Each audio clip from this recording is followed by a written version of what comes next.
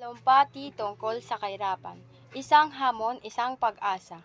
Mga minamahal kong kababayan, tayo nagtipon-tipon ngayong araw upang harapin ang isang katotohanang matagal nang nakaugat sa ating lipunan.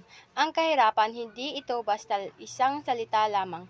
Ito ay isang realidad na sumisira ng mga pangarap, pumipigil sa pag-unlad at nagdudulot ng matinding paghihirap sa milyong-milyong Pilipino. Maraming salik ang nagdudulot ng kahirapan, ang kawalan ng trabaho, mababang sahod, kakulangan sa edukasyon at kalusugan, at ang kawalan ng pantay na oportunidad ay ilan lamang sa mga ito. Ang mga sakuna at kalamidad ay nagpapadala sa sitwasyong lalo na sa mga nasa laylayan ng lipunan. Ang korupsyon na siyang nagnanakaw sa kaban ng bayan ay nag-aambag din sa patuloy na paghihirap ng marami.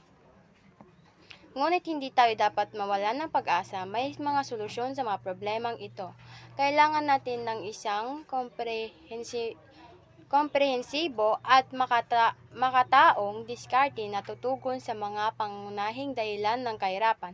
Una, kailangan nating bigyang prioridad ang paglikha ng mga trabaho na may disenteng sahod, ang pagsuporta sa mga maliliit na negosyo at pag-akit ng mga dayuhang pamumuhunan ay mahalaga upang makamit ito. Ang pagsasanay ay pagpapaunlad ng kasanayan ng ating mga manggagawa ay kailangan din upang maging mapagkumpetensya sila sa pamilihan ng trabaho. Pangalawa, kailangan nating tiyakin na ang lahat ay may success na kalidad na edukasyon at pangangalagang pagkalusugan. Ang edukasyon ay susi sa pag-angat sa kahirapan, samantalang ang mabuting kalusugan ay nagbibigay ng lakas at kakayahang magtrabaho. Ang pagpapalakas ng ating sistema ng edukasyon at kalusugan ay isang pangmatagalang pamumuhunan na magbubunga ng malaking pag-unlad.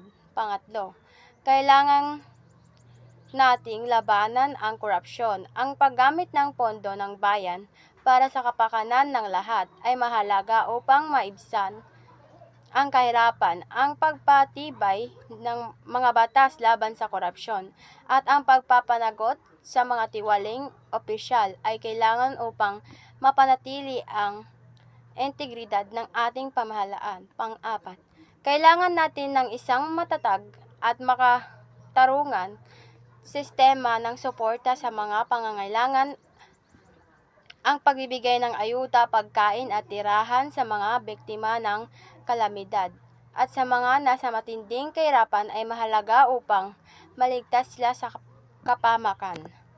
Ang pag-aalis ng kahirapan ay hindi isang madaling gawain. Ito ay isang hamon na nangangailangan ng sama-samang pagkilos ng pamahalaan, pribadong sektor at ng bawat Pilipino. Ngunit sa pamamagitan ng pagkakaisa, determinasyon at pagtutulungan, kaya nating makamit ang isang Pilipinas na walang kahirapan, isang Pilipinas na puno ng pag-asa at oportunidad para sa lahat. Salamat po.